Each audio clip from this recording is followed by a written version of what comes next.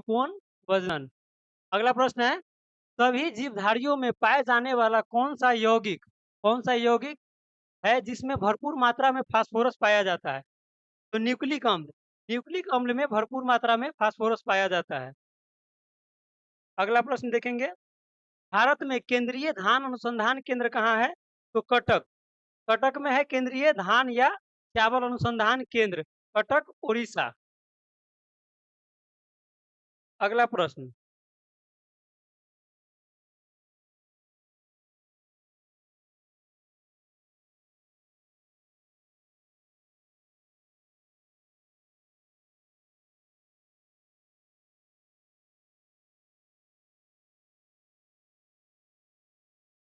अगला प्रश्न है देखेंगे यहाँ पर, किस वैज्ञानिक को प्रकाश संश्लेषण पर कार्य करने के लिए नोबेल पुरस्कार मिला है? तो मेलविन कैल्विन नामक वैज्ञानिक को प्रकाश संश्लेषण पर कार्य करने के लिए नोबेल पुरस्कार मिला है। मेलविन कैल्विन 2-3 बार आप लोग रिपीट कर लीजिएगा ताकि याद हो जाए। Melvin Calvin. अगला प्रश्न है, किस पदार्थ के संचय से मांसपेशी में थकावट पैदा होती है? तो लैक्टिक अम्ल जब ग्लूकोज ऑक्सीजन के अनुपस्थिति में अभिक्रिया करता है तो लैक्टिक अम्ल का निर्माण होता है, जो कि मांसपेशी से अभिक्रिया करता है। तो इससे क्या होता है?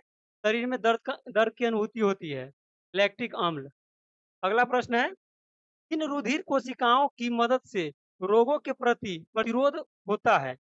तो लसिकानु यानी कि लिम्फोसाइट। अगला प्रश्न है, मनुष्य में लाल रुधिर कोशिकाओं के जीवन की अवधि कितनी होती है? तो मनुष्य में लाल रुधिर कोशिका यानी कि आरबीसी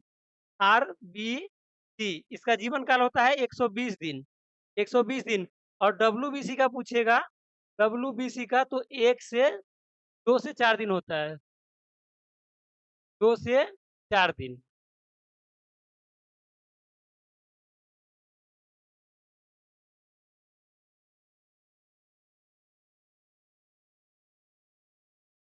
अगला प्रश्न है, जीरा रक्त को ऑक्सीकरण के लिए फेफड़ों तक किसके द्वारा ले जाया जाता है? जीरा रक्त को ऑक्सीकरण के लिए फेफड़ों तक किसके द्वारा ले जाया जाता है? तो फुफ्फुस धमनी के द्वारा। अगला प्रश्न है, कृत्रिम गुर्दा किस सिद्धांत पर कार्य करता है? कृत्रिम गुर्दा किस सिद्धांत पर कार्य करता है? तो अपोहन यानी कि डायलिसिस। अगला प्रश्न है, एक व्यक्ति की आंखों का रंग काला, नीला या भूरा उस वर्ण के वर्ण यानी पिगमेंट पर आश्रित है, यानी कि किस वर्ण पर आश्रित है? तो परितारिका यानी कि आइरिस पर निर्भर है। अगला प्रश्न है, जब आंख में धूल चली जाती है तो कौन सा हिस्सा आंख का कौन सा हिस्सा सूजकर गुलाबी हो जाता है? आंख का कौन सा हिस्सा सूजकर गुलाबी हो जाता है? तो इसका आंसर हो जाएगा नेत्र नेत्र श्लेष्मला यानी कंजक्टिवा। नेत्र का आंख का जो नेत्र श्लेष्मला है कंजक्टिवा, वो सूजकर गुलाबी हो जाता है। अगला प्रश्न है, बच्चे के दूध पीते समय स्तनों में दूध का निष्कासन किसकी मदद से होता है? ऑक्सीटोसिन हार्मोन के द्वारा होता है। और स्तन में जो दूध का जो निर्माण होता है वह कौन हार्मोन से होता है? तो प्रोलैक्टिन हार्मोन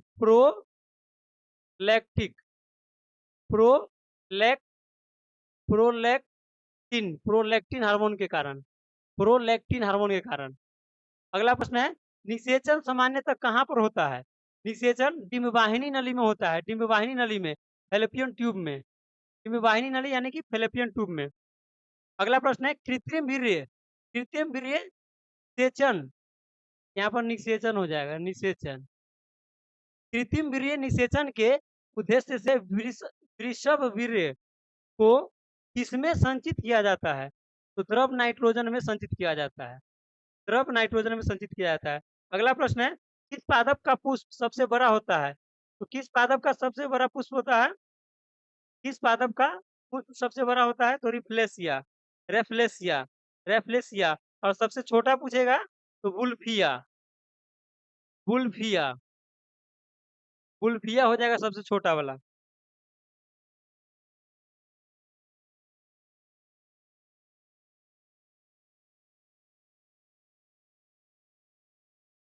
अगला प्रश्न है, असत्य फल, असत्य फल मुख्य रूप से कौन-कौन है? तो असत्य फल में यहाँ पर ऑप्शन वाला नहीं है, वन लाइनर है। तो यहाँ पर दिया गया है नारियल, कटहल, सेब, ये सब क्या है? असत्य फल का उदाहरण है। अगला प्रश्न देखेंगे।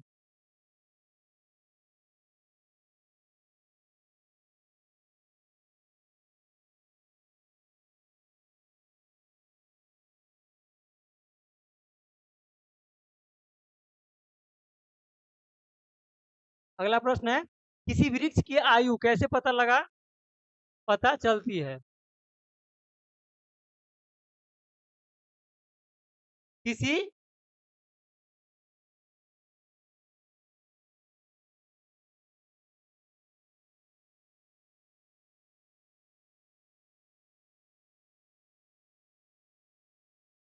किसी वृक्ष की आयु का किसी वृक्ष की आयु का पता कैसे चलता है? तो वलयों को गिनकर, वलयों को गिनकर। अगला प्रश्न है, जल संवर्धन यानी कि हाइड्रोपोनिक्स, जल संवर्धन को क्या कहते हैं? हाइड्रोपोनिक्स क्या है? बिना मिट्टी के पादप उगाना, बिना मिट्टी के पादप उगाना, बिना मिट्टी के अगर पादप उगाते हैं तो इसको क्या कहते हैं? हाइड्रोपोनिक्स, जल संवर्धन कहते हैं। किस वैज्ञानिक को अनुवांशिकी का पिता कहा जाता है? तो ग्रेगर मेंडल को। अनुवांशिकी का पिता, अनुवांशिकी का पिता ग्रेगर मेंडल को। अगला प्रश्न है, किसी बच्चे का लिंग निर्धारण किससे होता है? तो पिता के गुणसूत्रों से, पिता के गुणसूत्रों पर निर्भर करता है किसी बच्चे का लिंग निर्धारण।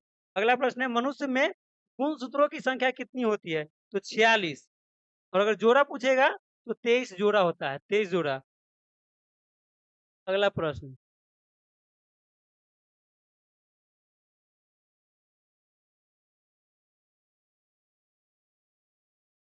प्रश्न है, जो लोग मक्का को मुख्य अनाज के रूप में आहार में लेते हैं, उनमें किस विटामिन की कमी हो जाती है? किस विटामिन की कमी की संभावना अधिक रहती है? तो विटामिन बी वन से थाइमिन कहते हैं। विटामिन बी वन का रासायनिक नाम क्या है? Thymine, thymine. और इसकी कमी से कौन सा रोग होता है? तो वेरी वेरी रोग होता है, वेरी वेरी रोग। अगला प्रश्न है, किसी सदिश किसी सदिश का परिमाण कभी भी नहीं हो सकता, तो ऋणात्मक। किसी सदिश का परिमाण ऋणात्मक नहीं हो सकता है। अगला प्रश्न है, कपास कपास रेशा किससे प्राप्त किया जाता है? कपास का जो रेशा है वो किससे प्राप्त किया जाता है? तो उस कपास के पौधे के बीजों से, कपास के पौधे के बीजों से प्राप्त किया जाता है।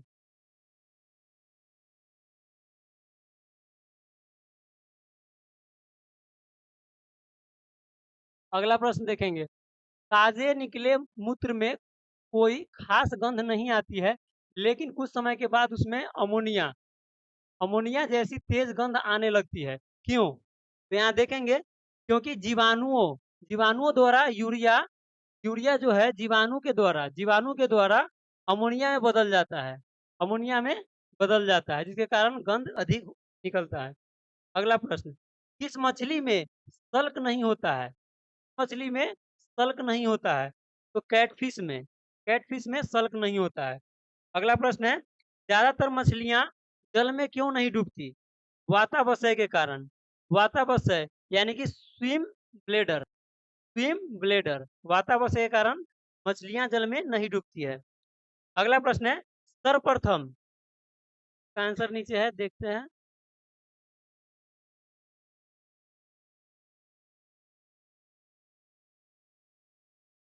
प्रश्न है, सर्वप्रथम विषाणु विषाणु को शुद्ध क्रिस्टलीय रूप में किस वैज्ञानिक ने अलग किया था?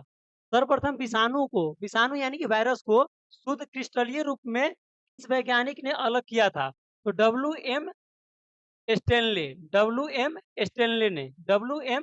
ने बेगर मेंडल ने किस पौधे पर शोध कर अनुवांशिक सिद्धांत का प्रतिपादन किया था? तो मटर के पौधे पर, मटर के पौधे पर। अगला प्रश्न है, लिटमस किससे मिलता है? लिटमस तो लाइकेन से मिलता है, लिटमस लाइकेन से मिलता है।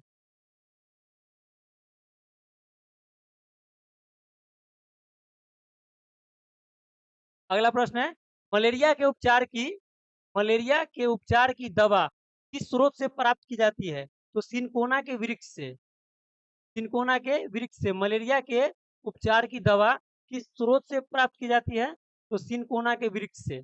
अगला प्रश्न है, अफीम जो एक पादप है, पादप उत्पाद है, ये किससे प्राप्त किया जाता है? अफीम, अफीम सूखे लेटेक्स से। आंसर क्या हो जाएगा? सूखे लेटेक्स से।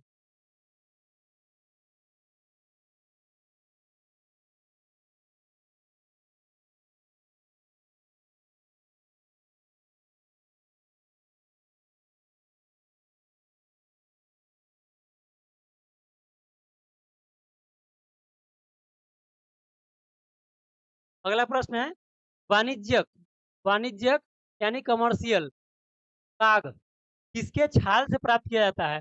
वाणिज्यिक जो काग है वो किसके छाल से प्राप्त किया जाता है? किस पेड़ के? तो बलूत के पेड़ से। बलूत यानी कि ओक, बलूत के पेड़ से कमर्शियल काग कमर्शियल काग की छाल प्राप्त किया जाता है।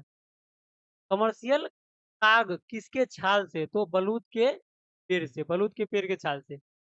पश्मीना ऊन, पश्मीना ऊन बकरी के किस नस्ल से, पश्मीना जो ऊन है वह किस नस्ल से, बकरी के कौन से नस्ल से, बकरी के कौन से नस्ल से प्राप्त किया जाता है? तो चेंगथेंगी, चेंगथेंगी नस्ल है, बकरी का नस्ल है जिससे पश्मीना नामक ऊन प्राप्त किया जाता है। अगला प्रश्न है, मवेशियों में बांझपन, मवेशियों में बांझपन किस रोग के कारण आता है? किस रोग के कारण होता है? तो बेंग बेंग रोग, बेंग बेंग रोग। मवेशियों में जो बांझपन रोग होता है वह बेंग बेंग रोग के कारण होता है। अगला प्रश्न है, अधिक शराब पीने वाले लोग अधिकांशतः किस बीमारी से मरते हैं? अधिक शराब पीने वाले लोग अधिकांशतः किस बीमारी से मरते हैं? तो सूत्रण रोग। आंसर क्या हो जाएगा? सूत्रण रोग।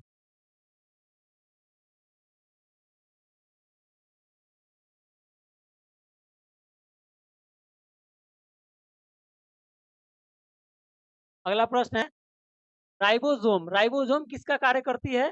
तो राइबोसोम, राइबोसोम प्रोटीन संश्लेषण का कार्य करती है, राइबोसोम प्रोटीन संश्लेषण का कार्य करती है। अगला प्रश्न है, मरुस्थल में उगने वाले पौधे क्या कहलाते हैं? मरुस्थल में उगने वाले पौधे मरुद्भिद, मरुद्भिद यानी कि जीरो फाइट, जीरो फाइट कहलाते हैं, जीरो फाइट, जीरो फाइट। मरुद्भिद जिसे जिसे इंग्लिश में क्या कहते हैं? Zero fight, zero fight. अगला प्रश्न है, भोपाल में भोपाल में 1984 में जो गैस लीक हुआ था, गैस लीक हुआ था, वो कौन सी गैस लीक लीक हुआ था? तो मिथाइल, मिथाइल आइसोसाइनेट लीक हुआ था, मिथाइल आइसोसाइनेट। अगला प्रश्न है, भैंस के मुख्य नस्ल भैंस के भैंस के मुख्य नस्लें कौन कौन सी है? तो यहाँ पर भैंस की नस्लें दी गई है, मुर्रा, मुर्रा, सुरती, भदवारी, जाफराबादी और मेहसाना। ये सब क्या है? भैंस का नस्ल है, भैंस का नस्ल है। कौन कौन सा है? मुर्रा, सुरती, भदवारी, जाफराबादी और मेहसाना।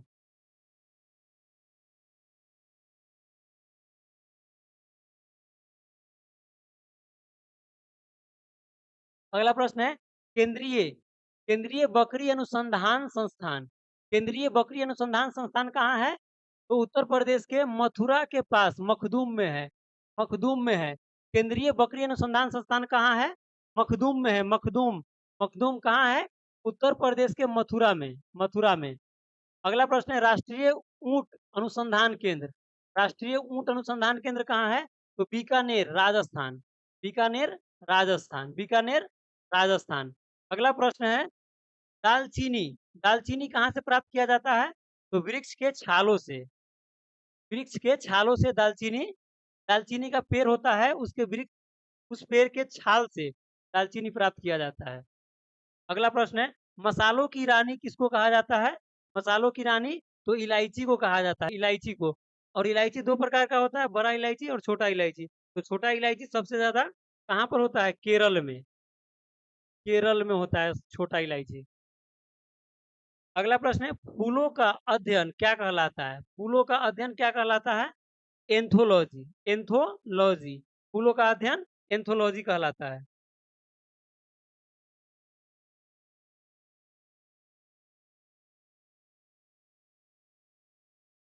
अगला प्रश्न है, पेडोलॉजी। पेडोलॉजी। पेडोलॉजी में किसका अध्ययन होता है? तो मिट्टी का। मिट्टी के अध्ययन को क्या कहते हैं? पेडोलॉजी। मिट्टी के अध्ययन को पेडोलॉजी। पेडोलॉजी। अगला प्रश्न है, सिस्टमा नेचर। सिस्टमा नेचर किसकी पुस्तक है? सिस्टमा नेचर सिस्टमा नेचर नामक जो पुस्तक है वो किसके द्वारा लिखा गया था? तो कार्ल लिनियस। कार्ल लिनियस के द्वारा लिखा गया था। अगला प्रश्न है, दूध से दही के रूप में दूध से दही के रूप में जमने का कारण क्या होता है? दूध से जो दही बनता है वो किस कारण से बनता है? कौन सा? दूध से दही बनने के रूप में, जमने के रूप में जो दूध से दही के रूप में जमने का कारण होता है, क्या होता है? तो लैक्टोबैसिलस। लैक्टोबैसिलस। लैक्टोबैसिलस क्या है? एक जीवाणु है। के कारण दूध से दही के रूप में जम जाता है दूध। लैक्टोबैसिलस क्या है? एक जीवाणु है। अगला प्रश्न है, विषाणु में क्या होता है? विषाणु में क्या होता है? विषाणु में न्यूक्लिक एसिड और प्रोटीन होता है। विषाणु यानी कि वायरस में क्या होता है? तो न्यूक्लिक एसिड और प्रोटीन होता है। अगला प्रश्न है, जंतुओं में होने वाली फुट एंड माउथ रोग। जंतुओं में होने वाली फुट एंड माउथ रोग। फुट एंड माउथ रोग। फुट एंड माउथ रोग किसके कारण से उत्पन्न होता है? तो विषाणु यानी कि वायरस के कारण उत्पन्न होता है। फुट एंड माउथ रोग विषाणु के कारण उत्पन्न होता है जंतुओं में।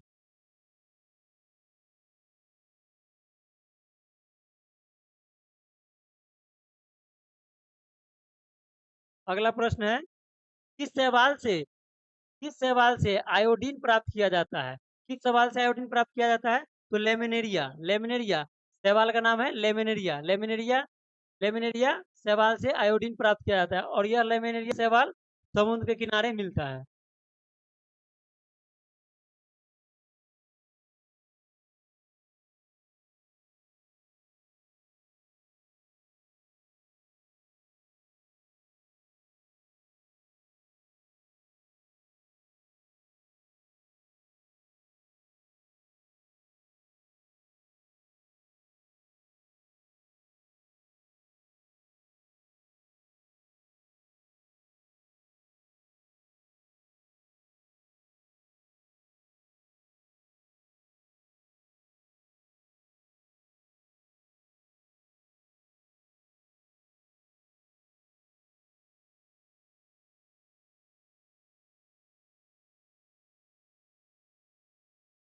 अगला प्रश्न देखेंगे, यूरिया।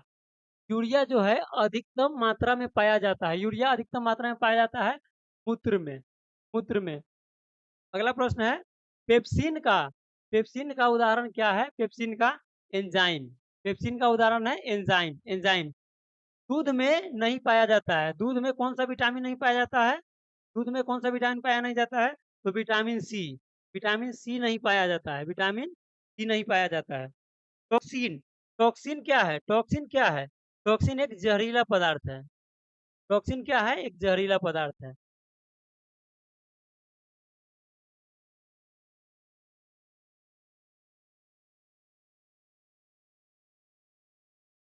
अगला प्रश्न है, एंजाइम की रचना। एंजाइम की रचना होती है अमीनो अम्ल से।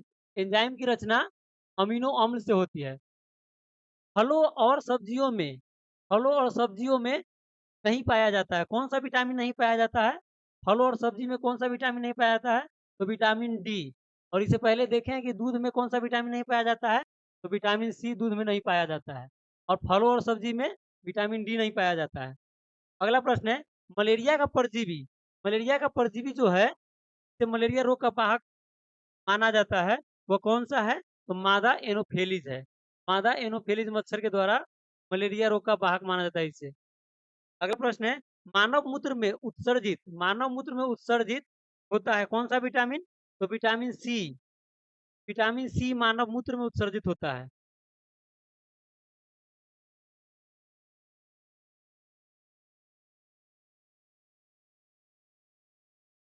अगला प्रश्न, दूध में उपस्थित प्रोटीन है, दूध में उपस्थित प्रोटीन है केसीन। केसीन नामक प्रोटीन दूध में उपस्थित होता है। अगला प्रश्न, मेढक के हृदय में मेढक के हृदय में कितने चेम्बर चेम्बर यानी कि कक्ष होते हैं? मेढक के हृदय में कितने कक्ष होते हैं? तो 3। मेढक के हृदय में 3 और मनुष्य के हृदय में 4। मनुष्य के हृदय में 4। मानव शरीर का महत्वपूर्ण ग्रंथि कौन सा है? पिट्यूटरी ग्रंथि। पिट्यूटरी ग्रंथि ये कहाँ होता है? मस्तिष्क में होता है। मस्तिष्क में होता है पिट्यूटरी ग्रंथि और इसे मास्टर ग्रंथि भी कहते हैं। अगला प्रश्न है, मानव शरीर में प्रचुर मात्रा में पाया जाने वाला मानव शरीर में प्रचुर मात्रा में पाया जाने वाला धातु, प्रचुर मात्रा में पाया जाने वाला यहाँ पर हो जाएगा धातु कौन सा है? कैल्शियम है। कैल्शियम है।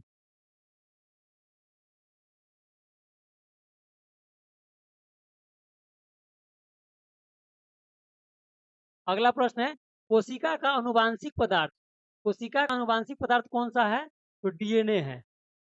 डीएनए। अगला प्रश्न, अनुवांशिकी अनुवांशिका अनुवांशिकी अनुवांशिकी के नियम का जन्मदाता किसे माना जाता है? तो Gregor John Mendel. Gregor John Mendel. अगला प्रश्न, किसान का परम सहायक या मित्र कहा जाता है? किसान का मित्र भी कहा जाता है किसे? तो केचुआ को कहा जाता है। केचुआ को। केचुआ क्या करता है?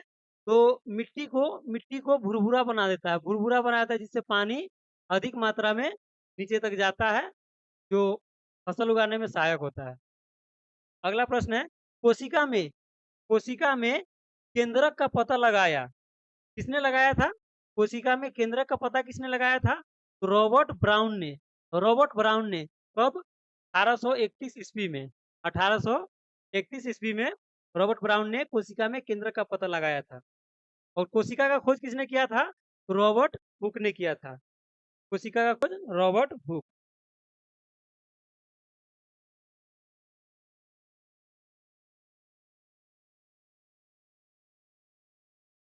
अगला प्रश्न है, सबसे बड़ा फल तथा पुष्प सबसे बड़ा फल तथा पुष्प किसका है क्रमशः? तो सबसे बड़ा फल जो हो जाएगा ऑर्किड्स हो जाएगा। ऑर्किड्स ऑर्किड्स हो जाएगा। और सबसे बड़ा पुष्प हो जाएगा रेफलेसिया। और सबसे छोटा कौन हो जाएगा? गुल्फिया हो जाएगा। सबसे छोटा पुष्प कौन सा हो जाएगा? गुल्फिया। अगला प्रश्न है, स्तंभ कंद, घन कंद, सल कंद तथा प्रकंद। तो स्तंभ कंद कौन हो जाएगा? स्तंभ कंद किसका उदाहरण हो जाएगा? तो आलू का। आलू का हो जाएगा स्तंभ कंद। और धन कंद हो जाएगा बंडा या केसर। बंडा और केसर दोनों का हो जाएगा धन कंद। और सल कंद में कौन आ जाएगा? प्याज आ जाएगा। प्याज सल कंद हो जाएगा। और प्रकंद में आ जाएगा, प्रकंद में अदरक और हल्दी। प्रकंद में अदरक और हल्दी। फिर से एक बार देखेंगे, आलू क्या हो गया? आलू आलू स्तंभ कंद हो गया। आलू स्तंभ कंद हो गया। धन कंद हो गया बंडा और केसर। सलकंद हो गया प्याज। और प्रकंद हो गया अदरक और हल्दी हो गया। अगला प्रश्न है, अमरूद अमरूद, अंगूर, शरीफा तथा टमाटर टमाटर ये सभी के खाने योग्य भाग कौन सा है? तो फल भित्ति है। फल भित्ति।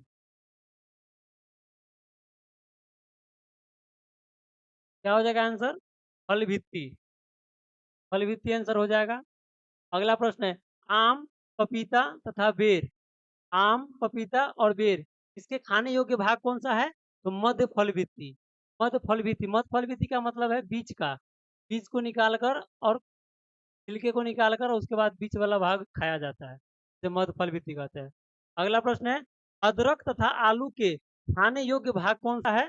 तो तना। तना। अदरक और आलू का तना वाला भाग खाते हैं। मानव शरीर में रक्त की मात्रा मानव शरीर में रक्त की मात्रा शरीर के भार का कितना प्रतिशत होता है? तो शरीर का जितना वजन होगा उसका 7% मानव में रक्त की मात्रा होता है। लगभग लगभग में 7% होता है मात्रा।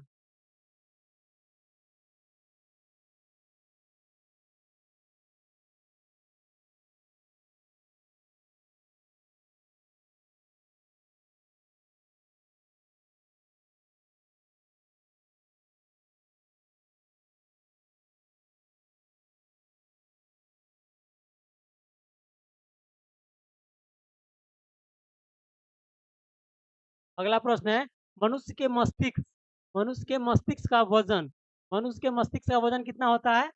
औसतन वजन होता है 1350 से 1400 ग्राम। 1350 से 1400 ग्राम होता है औसतन वजन मस्तिष्क का। अगला प्रश्न, ऊंट की गर्भावधि काल, ऊंट की गर्भावधि काल कितना होता है? तो ऊंट की गर्भावधि काल 320 से 350 दिन तक होता है। 320 से 350। अगला प्रश्न है, गाय तथा भैंस का, गाय तथा भैंस का गर्भावधि काल कितना होता है? तो गाय का 280 और भैंस का 300 दिन होता है। भैंस का 300 दिन होता है।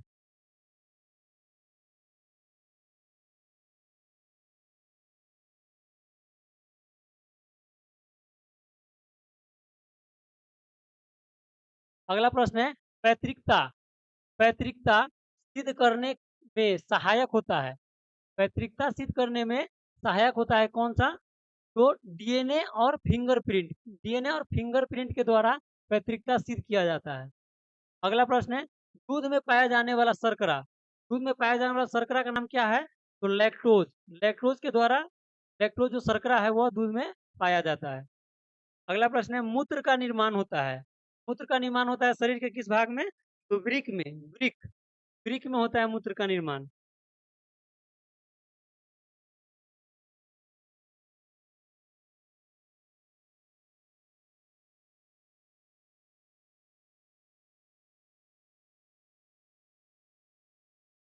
अगला प्रश्न है, सबसे लंबा कृमि, सबसे लंबा कृमि यानी कि वर्म, वर्म कौन सा है? टेप वर्म है। सबसे लंबा कृमि टेप वर्म है, टेप वर्म।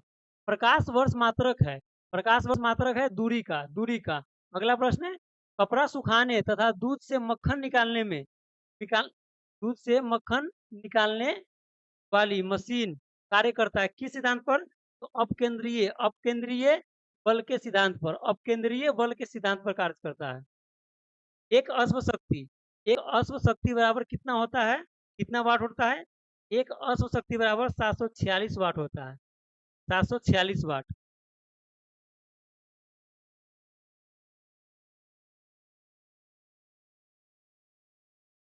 अगला प्रश्न है, जल, जल का घनत्व, जल का घनत्व अधिकतम तथा आयतन न्यूनतम होता है 4 डिग्री सेल्सियस पर, 4 डिग्री सेल्सियस पर जल का घनत्व अधिकतम होता है और आयतन न्यूनतम होता है।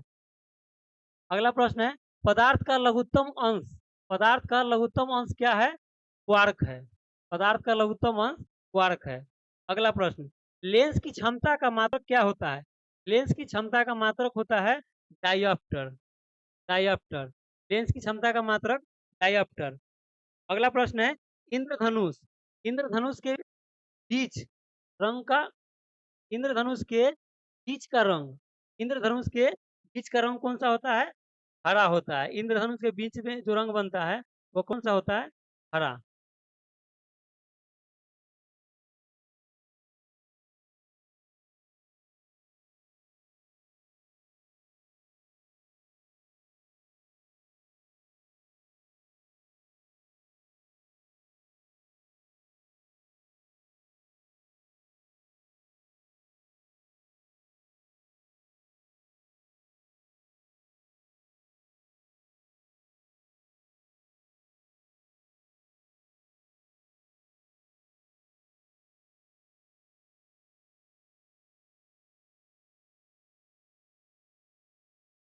अगला प्रश्न है, रंग का प्रकीर्णन, रंग का प्रकीर्णन किस पर निर्भर करता है? तो तरंग दैर्ध्य पर निर्भर करता है। रंग का प्रकीर्णन तरंग दैर्ध्य पर निर्भर करता है। अगला प्रश्न, रेटिना पर बना प्रतिबिंब, रेटिना पर बना प्रतिबिंब कैसा होता है? तो वास्तविक, उल्टा तथा वस्तु से छोटा होता है, वास्तविक, उल्टा तथा वस्तु से छोटा होता है रेटिना पर बना प्रतिबिंब। अगला प्रश्न है, इंद्रधनुष बनता है, इंद्रधनुष बनता है सूर्य के ठीक विपरीत दिशा में बनता है, सूर्य के ठीक विपरीत दिशा में इंद्रधनुष बनता है। अगला प्रश्न है, फ्यूज तार, फ्यूज तार किससे बना होता है? फ्यूज तार किससे बना होता है? तो फ्यूज तार टीन और सीसा के मिश्रण से बनता है, टीन और सीसा के मिश्र धातु से बनता है। टीन, टीन यानी कि एसएन हो गया, और सीसा पीबी हो गया।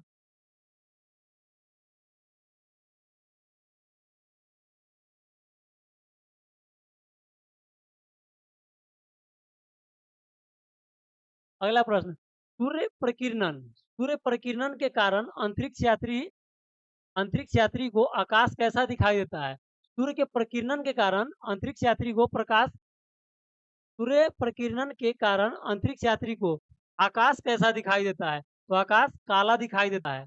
अंतरिक्ष से आकाश काला दिखाई देता है। अगला प्रश्न है, समुद्र का जल नीला दिखाई देता है। समुद्र का जल नीला क्यों दिखाई देता है? तो आंसर हो जाएगा प्रकाश के प्रकीर्णन के कारण। प्रकाश के प्रकीर्णन के कारण समुद्र का जल नीला दिखाई देता है।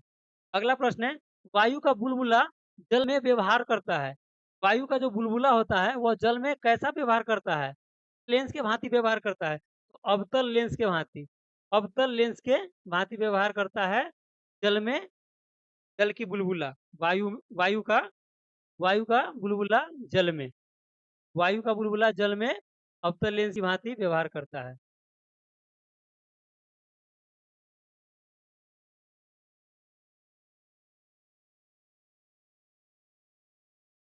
अगला प्रश्न है, तारों के टिमटिमाने का कारण। तारों के टिमटिमाने का कारण क्या है? तो प्रकाश का अपवर्तन। प्रकाश के अपवर्तन के कारण तारे टिमटिमाते हैं। तारे जो है टिमटिमाते हैं प्रकाश के अपवर्तन के कारण। तारे टिमटिमाते हैं प्रकाश के अपवर्तन के कारण। हीरा का चमकना, हीरा का चमकना तथा मेघमृच्छिका का बनना बनना किसके कारण है? तो पूर्ण आंतरिक परावर्तन।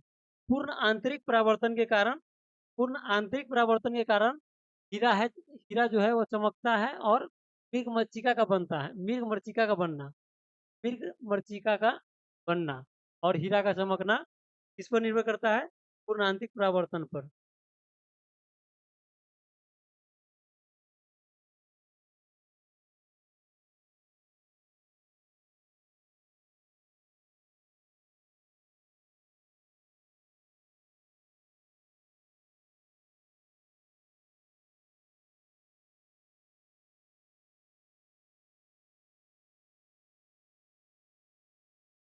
अगला प्रश्न है,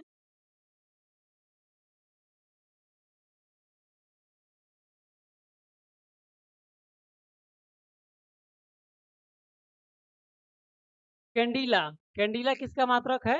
कैंडिला ज्योति तीव्रता का मात्रक है। कैंडिला ज्योति तीव्रता का मात्रक है। अगला प्रश्न है, भू स्थिर उपग्रह की पृथ्वी से ऊंचाई कितनी होती है? 36,000 किलोमीटर।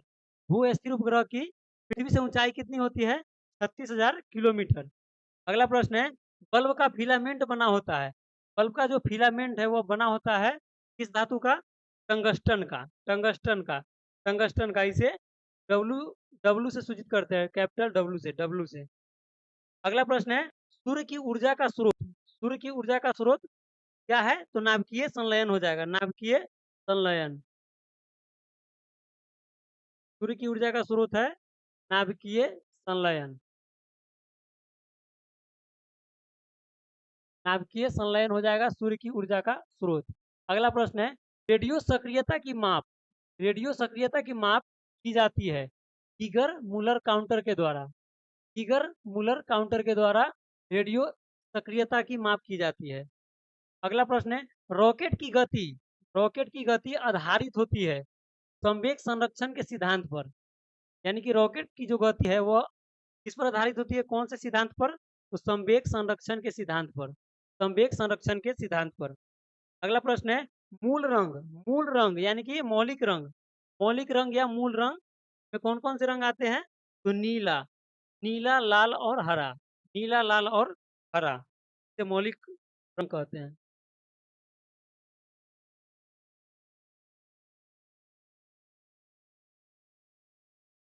अगला प्रश्न है, सेक्सटेंट। सेक्सटेंट का प्रयोग किया जाता है। सेक्सटेंट का प्रयोग किसे मापने में किया जाता है? तो ऊंचाई मापने में। सेक्सटेंट का प्रयोग ऊंचाई मापने में किया जाता है। अगला प्रश्न है, निकट दृष्टि दोष। निकट दृष्टि दोष दूर किया जाता है। निकट दृष्टि दोष किस लेंस के द्वारा दूर किया जाता है? तो अवतल लेंस, अवतल लेंस। और यहाँ पर है नीचे दीर्घ दृष्टि दोष। दीर्घ दृष्टि दोष दूर किया जाता है उत्तल लेंस के द्वारा, उत्तल लेंस के द्वारा। अगला प्रश्न है, परमाणु बम का सिद्धांत। परमाणु बम का सिद्धांत आधारित है, परमाणु बम का सिद्धांत आधारित है नाभिकीय विखंडन पर। नाभिकीय विखंडन पर परमाणु बम सिद्धांत आधारित है। परमाणु बम का सिद्धांत नाभिकीय विखंडन पर आधारित है।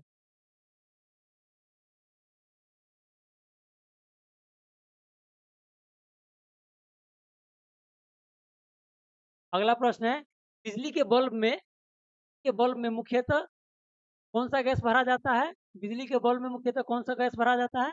तो अक्रिय गैस। अक्रिय गैस, अक्रिय गैस में कौन कौन सा गैस आता है? आर्गन है, आर्गन, आर्गन मुख्य रूप से आर्गन है। अक्रिय गैस में मुख्य रूप से आर्गन भरा जाता है।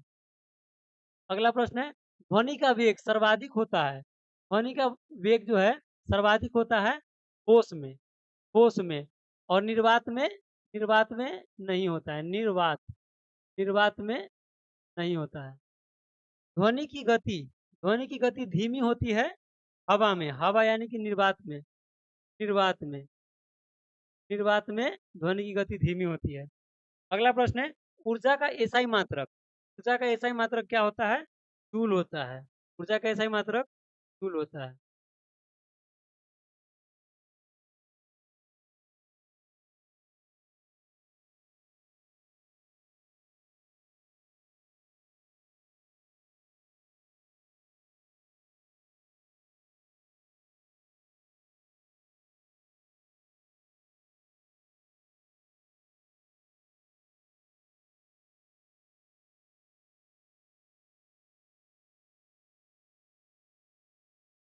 चलिए अगला प्रश्न देखते हैं यहाँ पर।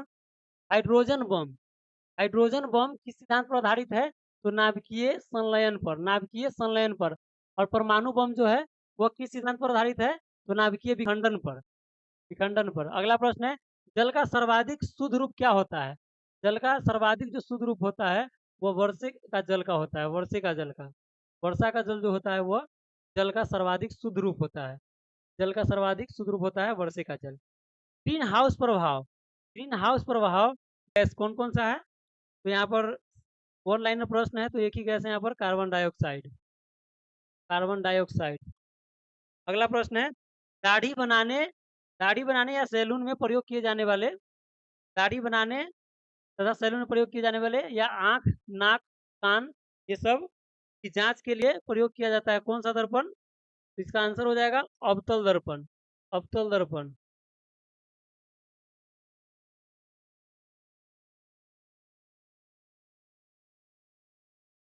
अवतल दर्पण हो जाएगा आंसर। नाभिकीय विखंडन में प्रयुक्त होता है, नाभिकीय विखंडन में प्रयुक्त होता है यूरेनियम, यूरेनियम प्रयुक्त होता है नाभिकीय विखंडन में। अगला प्रश्न है, चंद्रमा पर गुरुत्वीय त्वरण का मान, चंद्रमा पर गुरुत्वीय त्वरण का मान पृथ्वी के मान का कितना होता है? तो 1/6 भाग, 1/6 भाग, 1/6 भाग होता है। अगला प्रश्न है, द्रव अवस्था में पाया जाने वाला धातु, द्रव अवस्था में पाया जाने वाला धातु कौन सा है?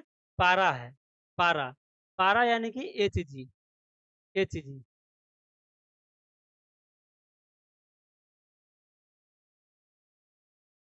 लास्ट प्रश्न है सामान्य विज्ञान का। प्रश्न है, सुराही का, सुराही, सुराही या घड़ा, घड़ा का पानी ठंडा जो रहता है वह कैसे रहता है? तो वाष्पीकरण के कारण रहता है, वाष्पीकरण के कारण सुराही या घड़ा का पानी ठंडा रहता है गर्मी में।